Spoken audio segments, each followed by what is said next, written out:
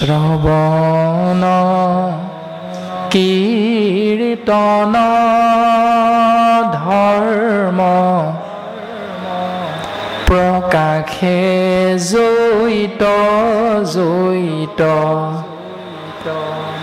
যি যি স্থানত ভগৱন্ত পুৰুষ কৃষ্ণ তত্বৰ নিৰ্গুণ নাম একান্ত ভকতে আশ্ৰয় কৰে, দ্বিতীয় বৈকুণ্ঠ তাংকে বোলে মহাসত্ৰ। তাৰ নামেই হ'ল দ্বিতীয় বৈকুণ্ঠ, তাৰ নামেই হ'ল মহাসত্ৰ, বা তাৰ নামেই হ'ল নামঘৰ। আৰু আজি আমি চাৰিঙীয়া গাঁৱৰ গুৰুজনাৰ আদৰ্শেৰে অনুপ্ৰাণিত সমস্ত জনা কৃপালু বাপ আই আহি এই পবিত্ৰ পুণ্যধাম দ্বিতীয় বৈকুণ্ঠ মহাসত্ৰ বা নামঘৰত স্বয়ং কৃষ্ণস্তু ভগৱান নাম আশ্ৰয় কৰি জীৱন ধন্য কৰাৰ আমি প্ৰত্যেকজনাই প্ৰয়াস কৰিবলৈ বিচাৰিছোঁ। আৰু গুৰুজনাৰ আদৰ্শত আমি যদি চিন্তা কৰোঁ, এই ৰাম নামঘৰে নামঘৰ, অসমীয়া জাতি আমি এইয়ে পৰিচয়। নামঘৰে নামঘৰ, ভকতিৰ আলয়, জীৱৰে আশ্ৰয়। শুনানা জাতি গয়া জ্ঞাতি ঘটে সমন্বয়, ঘটে সমন্বয়। নামঘৰৰ বিনে আমাৰ অস্তিত্ব নৰয়। নামঘৰৰ বিনে আমাৰ অস্তিত্ব নৰয়। এয়াই হ'ল অসমীয়া জাতিৰ গৌৰৱ, প্ৰাণ কেন্দ্ৰস্বৰূপ নামঘৰ, য'ত গুৰুজন বস্তুৱে আমাক দৰ্শন কৰাইছে। আহোম কছাৰী খাচী গাৰো মিৰি যৱন কংক গোৱাল, অসম মুলুক ধুবাজে তুৰুক, কোবা সমলেশ চণ্ডাল। এৰা মানুহ পাপী নৰ কৃষ্ণ সেৱকৰ, সংগত পবিত্ৰ হয়, ভকতি লভিয়া সংসাৰত তৰিয়া, বৈকুণ্ঠে সুখে চলয়। জাতি ধৰ্ম বৰ্ণ ভাষা নিৰ্বিশেষে শিক্ষিত অশিক্ষিত, ধনী দুখীয়া, উচ্চ নিচ, আবাল বৃদ্ধ বনিতা সমস্ত জনাই একত্ৰাপিত হৈ গোবিন্দ মহাপ্ৰভুৰ নিৰ্গুণ নাম আশ্ৰয় কৰি শ্ৰৱণ কীৰ্তন মহাভক্তি জীৱন সুন্দৰৰ পৰা সুন্দৰ কৰিব পাৰে, জীৱন ধন্য কৰিব পাৰে। অৰ্থাৎ শ্ৰৱণ কীৰ্তন কৰি বৈকুণ্ঠ যাই ধৰ্ম অৰ্থ কাম মোক্ষ সবে আত পাই।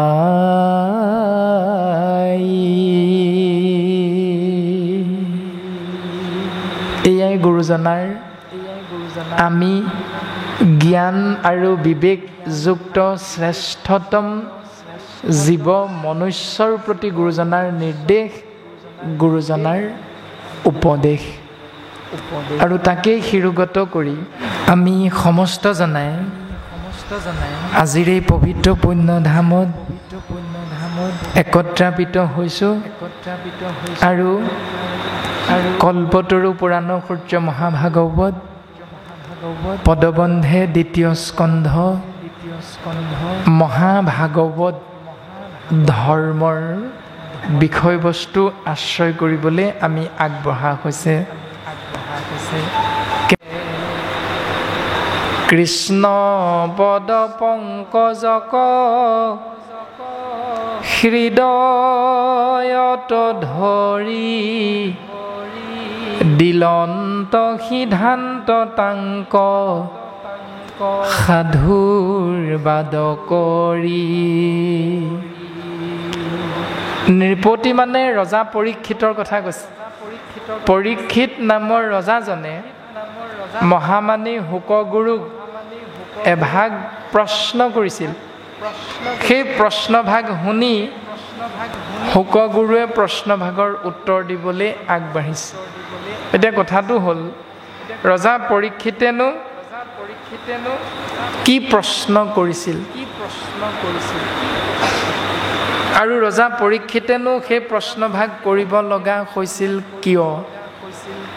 সেই কিয় আৰু প্ৰশ্নভাগ কি, তাৰ উত্তৰ প্ৰথম স্কন্ধত পদবন্ধে আমাক সিদ্ধান্ত দিছে। এই যে কলিক থাকিবলৈ সোণত ঠাই দিছিল, ৰজা পৰীক্ষিতে সেইখিনিতে ভুলটো কৰিছিলে, কিন্তু আপোনাৰ মোৰ বাবে সুবিধা কৰি থৈ গ'ল। পৰীক্ষিতে কৰা ভুলটোত আপোনাৰ আমাৰ লাভ হ'ল। কেনেকৈ লাভ হ'ল, কেনেকৈ পৰীক্ষিতৰ ভুল হ'ল?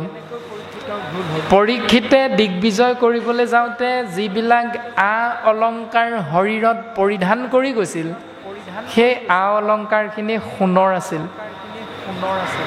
পৰীক্ষিত যিখন ৰথত উঠি দিগ্বিজয় কৰিছিল, সেই ৰথখনো আছিল সোণৰ। পৰীক্ষিতে শিৰত যিভাগ মুকুট পিন্ধি আছিল, সেই মুকুট ভাগিও আছিল সোণৰ। সেইকাৰণে গৰাকীয়ে যেতিয়া আজ্ঞা দিছে সোণত থাকিব পাৰিবা, তেতিয়া পৰীক্ষিতে আজ্ঞাবাহী ভৃত্য হিচাপে পৰীক্ষিতৰ শৰীৰতে প্ৰৱেশ কৰি ল'লে। সেইখিনিতে পৰীক্ষিতৰ ভুলটো হৈ গ'ল। দ্বিতীয়তে আমাক সুবিধাকণ দি থৈ গ'ল কি, যিহেতু সাম্প্ৰতিক সময়ত আটাইতকৈ দামী বস্তুটোৱে হ'ল সোণ। যদি পৰীক্ষিতে ক'লেহেঁতেন বাঁহ বেত শিল ইটা বালি আদিত তই সকলোতে থাকিবি যা, তেতিয়াহ'লে আমি যিখন ঘৰ নিৰ্মাণ কৰি ৰ'দ বৰষুণৰ পৰা বাচি আছোঁ, সেই ঘৰখনটো শিল ইটা বালি বাঁহ বেতেৰে নিৰ্মাণ কৰিছোঁ। গতিকে কলি সকলোতে থাকিলেহেঁতেন আৰু আমি প্ৰত্যেকজনে কলিৰ কৰাল গ্ৰাসত পৰি মৃত্যু পথৰ পথিক হ'লোহেঁতেন, অধোগতিৰ পথিক হ'লোহেঁতেন। কিন্তু পৰীক্ষিতে নিজে মৰি আপোনাক আমাক উপকাৰ কৰি থৈ গ'ল। যদি বিয়া পাতোতে অদ্যুপৰিমিত কোনোবা এজন বাপে আইগৰাকীক এতিয়াও সোণৰ এডাল চেইন দিব পৰা নাই, ফুলি এযোৰ নিৰ্মাণ কৰি দিব পৰা নাই, আইগৰাকীৰ যদি দুখ হৈছে, তেতিয়াহ'লে বাপজনে বুজাই দিলে হৈ গ'ল, বোলে সেৰা দুখ নকৰিবা। বোলে কিয়? এই ভাগৱতে কৈছে নহয়, সোণত কলি থাকে, গতিকে তোমাক মই ফুলি এযোৰ নাই দিয়া বুলি, আঙুঠি এটা দিয়া নাই বুলি বৰ দুখ কৰি নাথাকিবা দিয়া, অন্ততঃ বাপজন বাচি যাব পাৰে। পৰীক্ষিতে কিন্তু আমি মনুষ্যক এনেকৈ কিছু কিছু সুবিধাও প্ৰদান কৰি গ'ল। তাৰ পাছতে পৰীক্ষিতে এদিন সোণৰ মুকুট পৰিধান কৰি মৃগয়ালে যাত্ৰা কৰিছিল, আৰু তাতেই পিয়াহত অন্থ কণ্ঠ শুকাই সৈন্য সামন্তৰ পৰা ফালৰি কাটি মৃগৰ পাছে পাছে দৌৰোতে দৌৰোতে উপস্থিত হ'লগৈ শ্ৰমিক মুনিৰ আশ্ৰমত। আৰু পিয়াহত যিহেতু অন্থকণ্ঠ শুকাই গৈছে, ভোকত আতুৰ হৈ গৈছে, সেইকাৰণে ধ্যানমগ্ন মুনিক শ্ৰমিক মুনিক সেৱা নিবেদন কৰিলে, সেই মুনিবৰ মোৰ অন্থকণ্ঠ শুকাই আহিছে, মোৰ ভোক লাগিছে, তোমাৰ ওচৰত যদি কিবা আছে তুমি মোক খাবলৈ দিয়া। যিহেতু তেওঁ ধ্যানস্থ হৈ আছিল, সেইকাৰণে ধ্যানমগ্ন মুনি তাৰ উত্তৰ নিদিল, সেহি হেতু ৰাজা অতি ক্ৰোধ উপজিল। সেইকাৰণে ৰজা পৰীক্ষিতৰ খং উঠিল। এনেও ভোক পিয়াহ লাগি থাকিলে আমাৰ মনটো এনেও খিংখিঙীয়াই হৈ থাকে, কোনোবাই কিবা এটা ক'লেও খুব সোনকালে খংটো উঠিয়ে যায়। গতিকে ৰজা পৰীক্ষিতৰো তেনেকুৱাই হ'ল, কলিৰ কৰাল গ্ৰাসত পৰিছে। আৰু চিন্তা কৰিলে, মই ৰজা, তইতো মোৰ ৰাজ্যত আশ্ৰিত প্ৰজাহে। সেই মুহূৰ্তত পৰীক্ষিত ৰজাৰ মনলৈ এইটো নাই অহা যে এওঁ প্ৰকৃততে ব্ৰাহ্মণ, আৰু ব্ৰাহ্মণক অপমান কৰাটো ক্ষত্ৰিয়ৰ ধৰ্ম নহয়। এতিয়া ৰজা হিচাপে প্ৰজাক পালন কৰা, সুখ দিয়া, কিন্তু ৰজাই যদি প্ৰজাক অপমান কৰে তেতিয়াহ'লে সেইটো ৰজাৰ নীতি বিৰুদ্ধ কথা। কিন্তু ৰজা পৰীক্ষিতে তাকেই কৰিলে। ওচৰতে পৰি থকা মৃত সৰ্প এডাল ধনুৰ আগেৰে আনি ধ্যানমগ্ন শ্ৰমিক মুনিৰ গলত মেৰিয়াই দিলে আৰু ঘৰলৈ গুচি আহিল। এটি লগৰীয়াৰ পৰা শ্ৰমিক মুনিৰ পুত্ৰ শৃংগী মুনিয়ে কথাটো গম পাই গ'ল যে তেওঁৰ দেউতাকক এনেকৈ কোনোবা এজন মানুহে অপমান কৰি থৈ গ'ল। কিন্তু মানুহজন কোন, এই কথাটো লগৰীয়াজনে শৃংগী মুনিক অৱগত নকৰিলে। আৰু পুত্ৰ শৃংগী মুনিয়েও আগ পাছ নুগুনি, বাজ বিচাৰ নকৰি সেই অপমান কৰা ব্যক্তিজনক, যিজনে তেওঁৰ দেউতাকৰ লগত সেইটো কৰ্ম কৰিলে, তেওঁক অভিশাপ দি দিলে যে 7 দিন 7 ৰাতিৰ অন্তত তক্ষক নামৰ কাল সৰ্পই দংশন কৰিব, তেওঁৰ মৃত্যু হ'ব। ঘৰলৈ আহি যেতিয়া দেউতাকৰ লগত আলোচনা কৰিলে, তেতিয়া দেউতাকে পুনৰ ধ্যান কৰি ক'লে, বোলে বোপাই, তই যাক এই অভিশাপটো দিলি সেইজন সামান্য ব্যক্তি নহয়, সেইজন এজন পৰম বৈষ্ণৱ, পৰম ভাগৱত, যিজনে মাতৃৰ গৰ্ভতেই শংখ চক্ৰ গদা পদ্মধাৰী বিষ্ণুৰ ৰূপটো দৰ্শন পাই আহিছে। সেইকাৰণে তেওঁৰ প্ৰথম নামটো হ'ল বিষ্ণুৰাজ। গৰ্ভতে বিষ্ণুক দৰ্শন পাইছে। আপুনি মই পাইছোনে? পাইছোঁ যদিও আপোনাৰ মোৰ মনত নাই, কিন্তু পৰীক্ষিতৰ মনত আছে। প্ৰথম নামটো হ'ল বিষ্ণুৰাজ। কিন্তু পৰীক্ষিত কিয় হ'ল? যেতিয়াই তেওঁ অকণমান ডাঙৰ হ'ল, বুজিব পৰা হ'ল, তেতিয়াই তেওঁ যিসকল ব্যক্তিক সন্মুখত দৰ্শন পাই লগ পায়, সেই ব্যক্তিসকলক খুব সূক্ষ্মভাৱে নিৰীক্ষণ কৰে যে মই মাতৃগৰ্ভত দেখা সেই ৰূপটোৰ গৰাকীজন আজি মই সন্মুখত পোৱা এই মানুহজন নেকি? এই বুলি প্ৰত্যেকজন ব্যক্তিকে পৰীক্ষিতে পুংখানুপুংখভাৱে পৰীক্ষা নিৰীক্ষা কৰে, সূক্ষ্ম দৃষ্টি প্ৰদান কৰে। সেইকাৰণে বিষ্ণুৰাতৰ অন্যটো নাম হ'ল পৰীক্ষিত, যিটো নামেৰে আমি সমস্ত জনাই চিনি পাওঁ ৰজা পৰীক্ষিত। তাৰপাছত অভিশাপটোৰ পৰা পৰিত্ৰাণ পাবলৈ ৰজাৰ সন্মুখত আহি কোন উপস্থিত হ'ল? পূব পশ্চিম উত্তৰ দক্ষিণ চাৰিও দিশৰ পৰা আহি অতীত বৰ্তমান ভৱিষ্যতৰ বিষয়ে জ্ঞান থকা 60,000 ঋষিমুনিৰ উপস্থিত হ'ল। সেই 60,000 ঋষিমুনি যেতিয়া উপস্থিত হ'ল, তেতিয়া ৰজা পৰীক্ষিতে জানিব পাৰিলে কিয় আহিছে তেওঁলোক। জানিব পাৰি পৰীক্ষিতে সবাৰো চৰণ কমলত এভাগি প্ৰশ্ন আগবঢ়াই দিলে। অ সাক্ষাতে তোমৰা মূৰ্তিমন্ত বেদগণ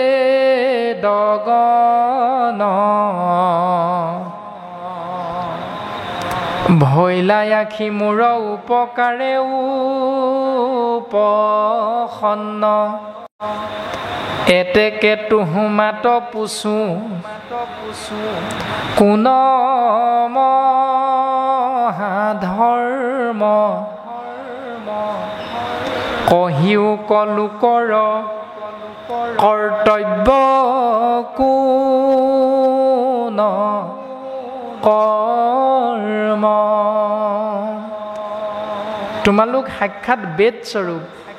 তোমালোকৰ পৰা আমি জানিব বিচাৰিছোঁ যে মহাধৰ্ম কি, এজন মনুষ্যৰ কৰ্তব্য কি, কৰণীয় কৰ্ম কি, কেনমতে হুৱে সৰ্ব পাপত উদ্ধাৰ, কোন কৰ্মে পাৱৈ লোক সংসাৰৰ পাৰ,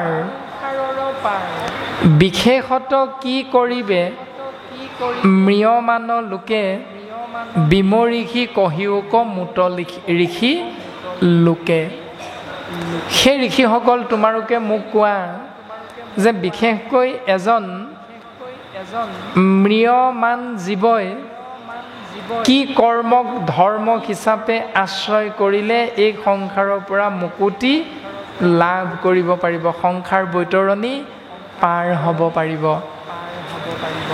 এতিয়া পৰীক্ষিতৰ আয়ুস ৰেখা কিমান? 7 দিন 7 ৰাতি। এতিয়া আমাৰনো আয়ুস ৰেখা কিমান? আমাৰো আয়ুস ৰেখা 7 দিন 7 ৰাতি। দেওবাৰ, সোমবাৰ, মঙলবাৰ, বুধবাৰ, বৃহস্পতিবাৰ, শুক্ৰবাৰ, শনিবাৰ আমাৰো 7 দিন, পৰীক্ষিতৰো 7 দিন। তাৰমানে আমাকে একোজন শৰীৰধাৰী পৰীক্ষিত হিচাপে ভাগৱতে দৰ্শন দিছে। পিতৃ শিৰৰ পৰা ৰসৰূপে আহি মাতৃগৰ্ভত প্ৰৱেশ কৰিছিলোঁ এই 7 দিনৰে কোনোবা এটা দিনা। এই সংসাৰ এই শৰীৰটো এৰি আত্মা তত্ত্ব গুচি যাম এই 7 দিনৰে কোনোবা এটা দিনত। বেলেগ দিন নাই। আপোনাৰ মোৰো 7 দিন, পৰীক্ষিতৰো 7 দিন। তাৰমানে আমিয়ে একোজন পৰীক্ষিত। কিন্তু এটা পাৰ্থক্য আছে, পৰীক্ষিতে জানিছিল কোনদিনা মৰিব, আমি নাজানো কোনদিনা মৰিম। পাৰ্থক্য মাত্ৰ এইটো। এতিয়া পৰীক্ষিতে যেনেকৈ সুধিছে মৰিম বুলি জনাৰ পাছত যে কি কৰিব লাগিব, ঠিক তেনেকৈ আমাৰো আই বাপসকলে আমি জানো যে জ্বৰ কাহ পানী লগা হ'লে আমি কি কৰিব লাগে, এজন মানুহ মৰিলে আমি কি কৰিব লাগে আমি প্ৰত্যেকেই জানো। এতিয়া জনাটো ভাগৱতৰ লগত এতিয়া মিলি আছে নাই? যদি আমিয়ে পৰীক্ষিতে কি কৰিছিল, যিজনে মাতৃগৰ্ভত ভগৱানক দেখা পাই আহিছে, মনত আছে হুবহু তেওঁ কাক দেখিছে। আপোনাৰ মোৰতো মনত নাই। এতিয়া পৰীক্ষিত জ্ঞানী নে আপুনি আমি জ্ঞানী? এতিয়া যদি আমি জ্ঞানী তেতিয়াহ'লে পৰীক্ষিত অজ্ঞানী। যদি পৰীক্ষিত জ্ঞানী তেতিয়াহ'লে আমি অজ্ঞানী নে জ্ঞানী? তাৰ উত্তৰ জানিবলৈ পৰীক্ষিতে আশ্ৰয় কৰা কৰ্মটো আমি কৰিছোঁ নে নাই কৰা। পৰীক্ষিতৰো পত্নী আছে, পৰীক্ষিতৰো এটি সন্তান আছে, নাম জন্মেজয়। অৰ্থাৎ পৰীক্ষিত গৃহস্থী ধৰ্ম পালন কৰা এজন মনুষ্য। আমিও গৃহস্থী ধৰ্ম পালন কৰা একোজন মনুষ্য। গতিকে পৰীক্ষিতৰ লগত আমাৰ হুবহু মিল আছে, শাস্ত্ৰই কৈছে। পৰীক্ষিতৰ পুত্ৰ জন্মজয়েও পিতৃৰ মৃত্যুৰ বাবে কোনকেইটা কৰ্ম কৰিছিল? আমি আমাৰ পিতৃ মৃত্যু হ'লে আমি কোনকেইটা কৰ্ম কৰোঁ? ভাগৱতে কোৱাৰ লগত মিলিছে নে নাই মিলা? যদি নাই মিলা তাক এৰিব লাগিব, যদি মিলিছে সুদৃঢ় বিশ্বাসে তাক আশ্ৰয় কৰিব লাগিব। ভাগৱত দৰ্শন মানে এখন কিতাপ নহয়। ভা মানে ভাবুকং গেৱং, জ্ঞান আৰু বিবেকেৰে ভাবা। গ মানে জ্ঞানম উদ্ভৱম, তুমি যেতিয়া ভাবিবা তেতিয়া জ্ঞান জন্ম হ'ব। ও মানে সেই জ্ঞানটোৰ কথা কৈছে বৈষ্ণৱী জ্ঞান। এই যে বিহুটো আহিল বুলি প্ৰথম আমি গুৰু সেৱা কৰোঁ, বিহুটো আহিল বুলি আমি দেউতাক সেৱা কৰোঁ, মাক সেৱা কৰোঁ। এই যে নিয়মটো, এইটো হ'ল গুৰু সেৱা, আদি গুৰু পিতৃ মাতৃ সেৱা। বিহুটো আহিল বুলি আমি সেইটোৰ পৰা আঁতৰি নাযাওঁ। ঠিক তেনেকৈ গুৰুজন বস্তুৱে আমাক এই দৰ্শনটো দিবলৈ আগবাঢ়িছে। ৰাম শুনি মুনি সবে বোলে যাৰ যেন মতি কেহু বোলে তপতে পৰম পাই গতি। পৰীক্ষিতৰ প্ৰশ্নভাগী শুনি 60,000 ঋষিমুনিৰে কোনোৱে কৈ দিলে, হে ৰাজন পৰীক্ষিত, তুমি তপস্যা কৰা, তেতিয়াহ'লে তুমি মুক্তি লাভ কৰিবা। এই ৰামে কেহু বোলে মহাসিদ্ধি সাধে যজ্ঞ দানে কেহু বোলে পৰম মুকুতি তীৰ্থ স্নানে। কোনো ঋষিমুনিয়ে ক'লে, ৰাজন পৰীক্ষিত, তোমাৰ মহাসিদ্ধি লাভ হ'ব যদি তুমি যজ্ঞ কৰা, দান দক্ষিণা দিয়া। কোনো ঋষিমুনিয়ে ক'লে, সেই ৰাজন পৰীক্ষিত, তোমাৰ মংগল হ'ব যদিহে তুমি তীৰ্থক্ষেত্ৰ ভ্ৰমণ কৰা, তাৰ জলত গৈ স্নান কৰা। এতিয়া এই সকলোখিনি সবে সন্তে কহে আপোনাৰ নানা মত হেন শুনি ষষ্ঠ নুহে ও ৰাজাৰ মনত।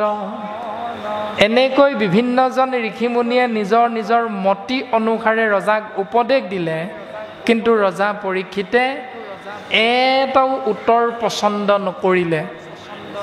তাৰমানে যজ্ঞ কৰাটোৰ পৰাও আঁতৰি আহিল, তীৰ্থক্ষেত্ৰ ভ্ৰমণ কৰা চিন্তাটো গ্ৰহণ নকৰিলে, স্নান কৰাটো গ্ৰহণ নকৰিলে, দান দক্ষিণাৰ কথাটো গ্ৰহণ নকৰিলে, এটাও মনপুত নহ'ল। তেতিয়াহ'লে পৰীক্ষিতেনো কৰিলে কি? এতিয়া ভাবি চিন্তি থাকোঁতেই গুৰুৰো গুৰু পৰম গুৰুস্বৰূপ শুকদেৱৰ আগমন হ'ল। শুকদেৱক দৰ্শন পাই পৰীক্ষিতে কি কৰিছে? এই ৰামদেৱৰো দুৰ্লভ তজু দৰ্শন অন্তকালে পাইলো আমি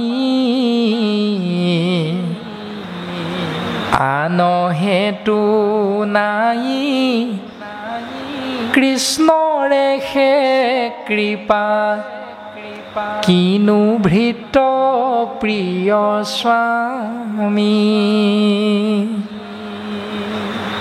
দেৱতায়ো যাক বিচাৰিলে দৰ্শন নাপায়, সেই শুকগুৰু মৃত্যুৰ প্ৰাক মুহূৰ্তত মই আজি মোৰ গৃহ তীৰ্থটো অধিক পবিত্ৰ ভৈলা আশেষ যিহেতু সাক্ষাতে জগতৰ গুৰু আপুনি ভৈলা প্ৰৱেশ। এজন অতিথি আহিলে, ভকত আহিলে আমি এনেকৈ গাওঁনে? আমি এনেকৈ সেৱাভাগ নিবেদন কৰোঁ। পৰীক্ষিতেও তেনেকৈ সেৱা নিবেদন কৰিছে। সেই গুৰুদেৱ, মোৰ যে কিমান সৌভাগ্য, আজি তোমাক নিবিচৰাকৈ গৃহতে থাকিয়া দেখিলোঁ তজু চৰণ। গতিকে গুৰুদেৱ, ইয়াৰ বাবে পৰীক্ষিতে ধন্যবাদটো কাক দিলে? আন হেতু নাই, হেতু মানে কাৰণ। ইয়াৰ কাৰণ বেলেগ একো নহয়, কৃষ্ণৰেখে কৃপা, কৃষ্ণদেৱৰ কৃপাৰ বশতহে তেওঁৰ দাসৰো দাস আমি মহা অকিঞ্চন পৰীক্ষিতে তোমাৰ দৰে মহান গুৰুৰ চৰণ দৰ্শন পালোঁ গুৰুদেৱ। গতিকে তোমাৰ চৰণে মৰণ সময়ে পচুহো প্ৰভু সাম সম্প্ৰত ম্ৰিয়মান নৰে সদায় কি কৰ্ম কৰিবে ইটো লোকতে।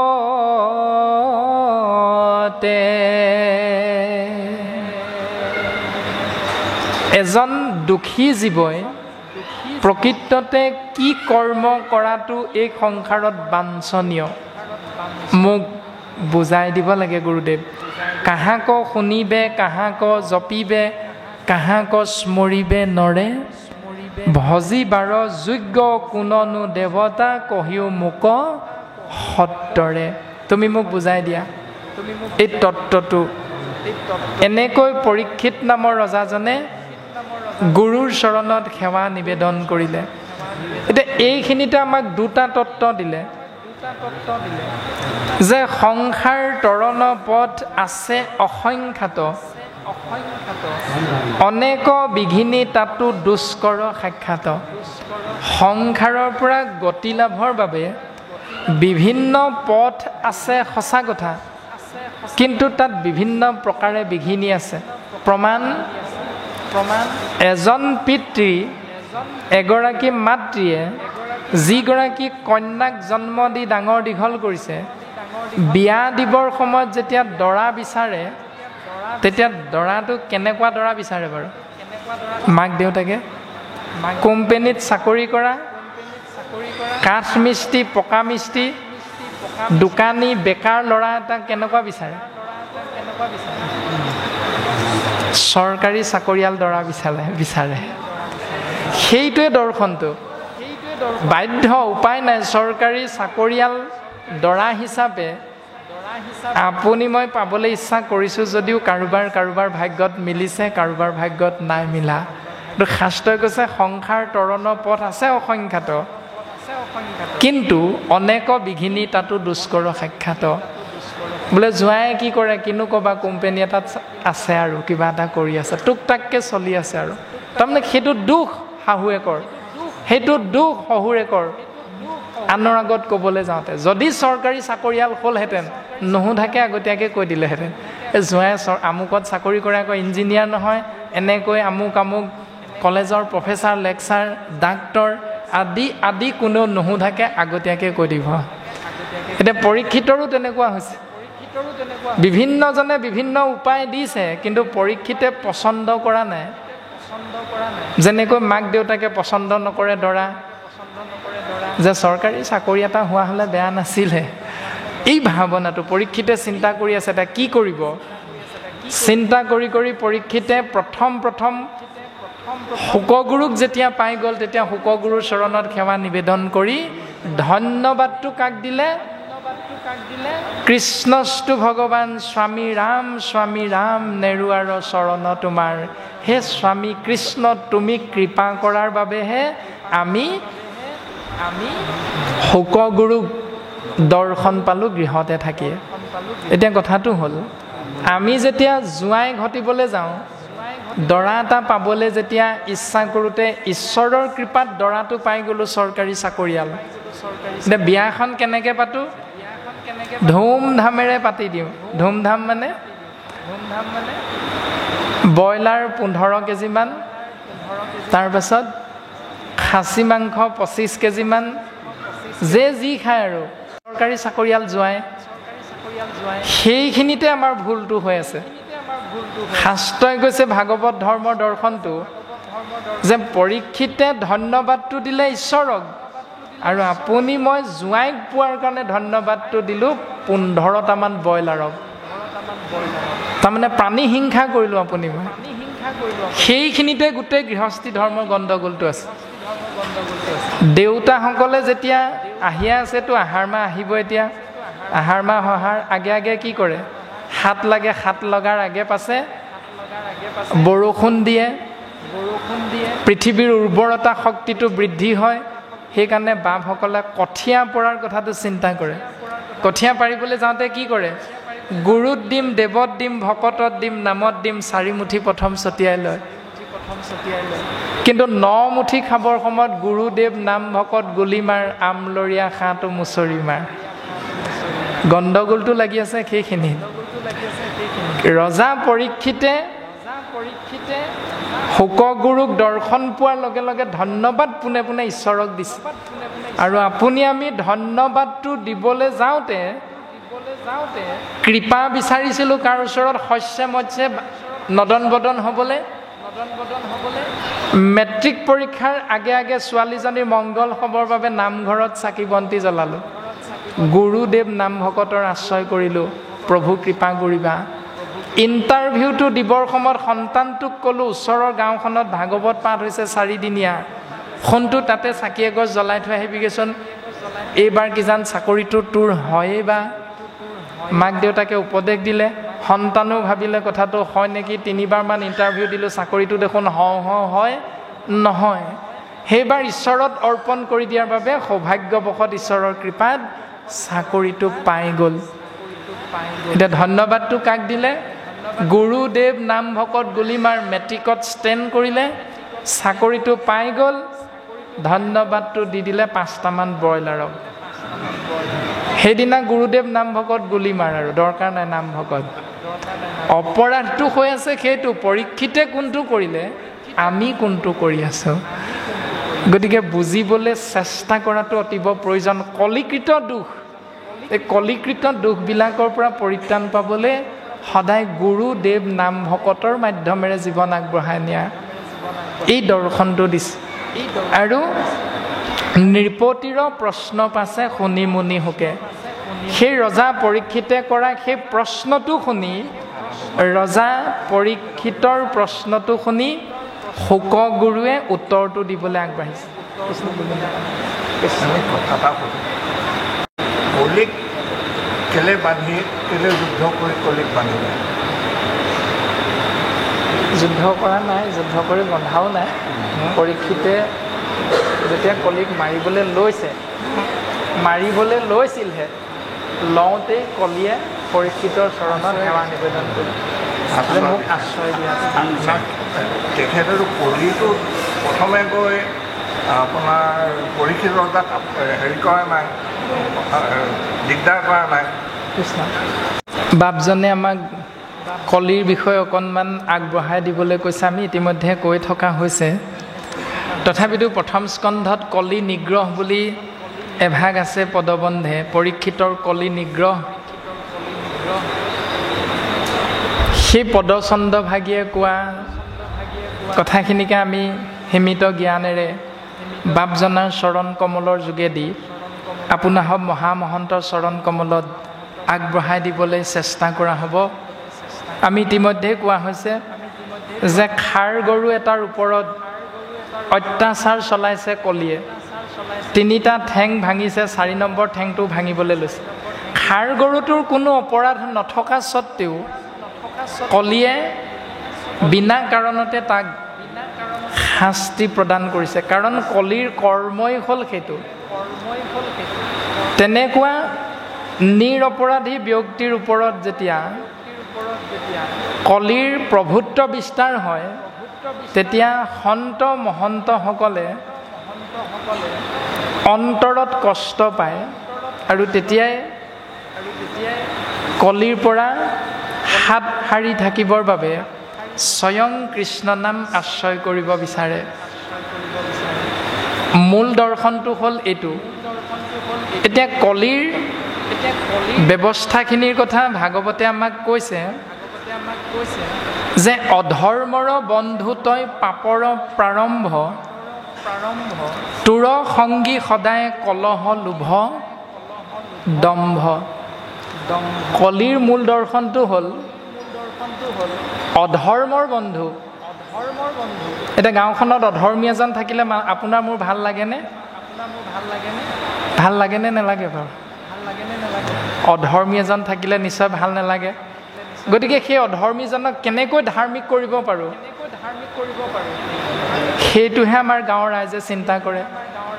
ৰাতি যেতিয়া 11টা বজাত কোনো কাৰণ নোহোৱাকৈ যুৱক এজনে চাৰিঙীয়া গাঁৱৰ সেই নামঘৰৰ তোৰণভাগিৰ তলেদি ৰাতি 11টা বজাত ধলং পলংকৈ খোজকাঢ়ি আহোঁতে অবাইচ গালি এসোপা পাৰি আহে প্ৰত্যেকজন ব্যক্তিকে গাঁওখনৰ নাম কাঢ়ি ৰাতি সেই নামটো গালিখিনি শুনাৰ লগে লগে পাছদিনা ৰাতিপুৱা বাপাইসকলৰ মাজত কি আলোচনা হয় বাৰু? এইটোৰ আৰু কাম নাই, সদায় সদায় এসোপামান গিলি আহিব, হকে বিহকে এনে এনে নাম ধৰি ধৰি গোৱাল গালি পাৰি আহিব। সেইটোৱে হ'ল কলিৰ ব্যৱস্থাটো, যে অধৰ্মৰ বন্ধু, পাপৰ প্ৰাৰম্ভ, তুৰ সংগী সদায় কলহ লোভ দম্ভ। সেই ব্যৱস্থাটোৰ পৰা আমি সদায় আঁতৰত থাকিব বিচাৰোঁ প্ৰত্যেকজন ব্যক্তিয়ে। ৰজা পৰীক্ষিতৰো সেইটোৱে চিন্তা, বেলেগ একো নাই। যে মই যেতিয়া শাসন কৰিবলৈ আহিছোঁ ৰাজ্যখন, মোৰ পিতামহসকলে যেতিয়া মোক দায়িত্ব দিলে যাতে মোৰ ৰাজ্যখনত কোনো হাই কাজিয়া নহয়, মোৰ ৰাজ্যখনত সকলো প্ৰজাই যাতে দন হাই কাজিয়াৰ বিপৰীতে শান্তিপূৰ্ণভাৱে জীৱন অতিবাহিত কৰিব পাৰে, তাৰে পৰ্যবেক্ষণ কৰিবলৈ যাওঁতে কলিক লগ পাই গ'ল। সেইকাৰণে কলিক ৰজা পৰীক্ষিতে ঠাই দিব বিচৰা নাই, যে তই মোৰ ৰাজ্যৰ পৰা তুৰন্তে বাহিৰ হ। এই বুলি কওঁতে কলিয়ে ৰজা পৰীক্ষিতৰ চৰণত সেৱা নিবেদন কৰিলে, এ ৰাম সসাগৰা পৃথিৱী তোমাৰ সবে ৰাজ, নাই একো পুৰি মূৰ প্ৰভু তাত বাজ। গোটেই পৃথিৱীখনৰে তুমি ৰজা, গতিকে তোমাৰ ৰাজ্যৰ পৰা মোক বাহিৰলৈ যাবলৈ কৈছা মানে মই ক'লৈ যামগৈ? গোটেই ৰাজ্যখন তোমাৰে অন্তৰ্ভুক্তি, মইনো বেলেগ ক'লৈ যামগৈ? এতিয়া মোৰতো বেলেগ জেগা নাই, য'তেই যাওঁ তোমাৰে প্ৰজাকে পাওঁগৈ। গতিকে ৰাজন মোক অকণমান কৃপা কৰা, যে জৈকে যাইবো তৈতে সবে তোমাৰ এখে লোক, নেদা ঠাই যেবে এটি ক্ষণে কাটি উক। যলৈকে যাওঁ তোমাৰে মানুহ, যি স্থানলৈকে যাওঁ তোমাৰেই ৰাজ্য, তোমাৰেই গাঁও ৰাজ্যৰ অন্তৰ্ভুক্ত, গতিকে মোক যদি ঠাই নিদিয়া মোক ইয়াতে কাটি পেলোৱা। তেতিয়া পৰীক্ষিতে চিন্তা কৰিলে, কথাটোতো মিছাও নহয়।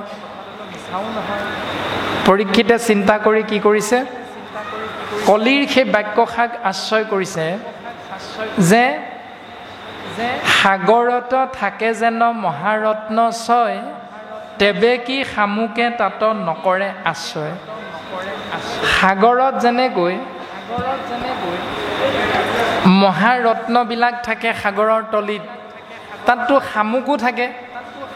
গতিকে ৰাজন পৰীক্ষিত, তোমাৰ ৰাজ্যখনৰ কোনখন গাঁৱতনো কোন গ্ৰাম নগৰত অন্ত্য জাতি নাই, চণ্ডালতো ধিক ভৈলো নেদামুক ঠাই। কোনখন গাঁৱত, কোনখন ৰাজ্যত, নগৰত অন্ত্য জাতি নাই? আছেতো। ঠিক তেনেকৈ মোকো তুমি ঠাই দিয়ে, মই তাতে পৰি থাকিম আৰু কোনোবা এটা চুকত। এই বুলি কলিয়ে ৰজা পৰীক্ষিতৰ চৰণত সেৱা নিবেদন কৰিলে। আৰু ৰজাই কথাটো বিবেচনা কৰি চাই সেই স্থানকেইডোখৰত থাকিবলৈ ঠাই দিলে। মূল কাৰণটো হ'ল যে কলিৰ সংগীবিলাক হ'ল অধৰ্ম, পাপৰ আৰম্ভ, কলহ মানে কাজিয়া পেচাল, লোভ, দম্ভ অৰ্থাৎ অহংকাৰ, দুষ্ট, কপটি, মিছা, মোহ, কুলক্ষ্মী, অসতি আদিবিলাক যিহেতু কলিৰ প্ৰজা, কলিৰ সন্তান, সেইকাৰণে ৰজাই সেইবিলাকৰ পৰা মুক্ত হৈ থকা এখন সুন্দৰ ৰাজ্য প্ৰতিষ্ঠা কৰিব বিচাৰিছিল। সেইকাৰণে তেওঁৰ ভাৱনাত যিহেতু কলিয়ে হেঙাৰ হৈ থিয় দিব, সেইকাৰণে ৰজা পৰীক্ষিতে কলিক প্ৰাণে মাৰিবলৈ বিচাৰিছিল। কৃষ্ণ প্ৰথম স্কন্ধতে আছে কথাখিনি। কৃষ্ণ প্ৰথম স্কন্ধতে আছে। কৃষ্ণ মানে সেই কৃষ্ণক আমি যে কোৱা হৈছিল ইতিমধ্যে, পৃথিৱীক আক্ৰমণ কৰা বুলি কোৱা নাই কথাটো, যে পৃথিৱীৰ যিবিলাক জীৱ হয় ধৰ্মৰ ওপৰত প্ৰভুত্ব বিস্তাৰ কৰা, কথাটো হ'ল সেইটো তাতে প্ৰতীকী হিচাপত আমাক দৰ্শন কৰাইছে যে ধৰ্ম হ'ল বগা বৰণৰ ষাঁড় গৰুটো, প্ৰতীকী ৰূপত ষাঁড় গৰু হৈ আছে ধৰ্ম, আৰু গাই গৰুজনী হ'ল পৃথিৱী, বসুন্ধৰা, পৃথিৱী, ধৰণী। তেওঁলোকৰ ওপৰত অত্যাচাৰ উৎপীড়ন কৰা মানে জীৱৰ ওপৰত অত্যাচাৰ কৰা, এই দৰ্শনটোকে প্ৰকাশ কৰিছে। আৰু তেতিয়াই কলিয়ে সেই ব্যৱস্থাটো দেখি, অৰ্থাৎ কলিৰ সেই ব্যৱস্থাটো দেখি ৰজা পৰীক্ষিতে চিন্তা কৰিছে যে ই যদি মোৰ ৰাজ্যত থাকে, মোৰ ৰাজ্যখন এফালৰ পৰা ধ্বংস কৰি পেলাব। গতিকে মই যিহেতু শান্তিপ্ৰিয়, প্ৰজাবৎসল, গতিকে মই শান্তিৰ বিপৰীতে অশান্তি হোৱাটো কোনোদিন নিবিচাৰোঁ। সেইকাৰণেহে পৰীক্ষিত ৰজাই কলিক বিদ্বেষ কৰিছিল। কৃষ্ণ।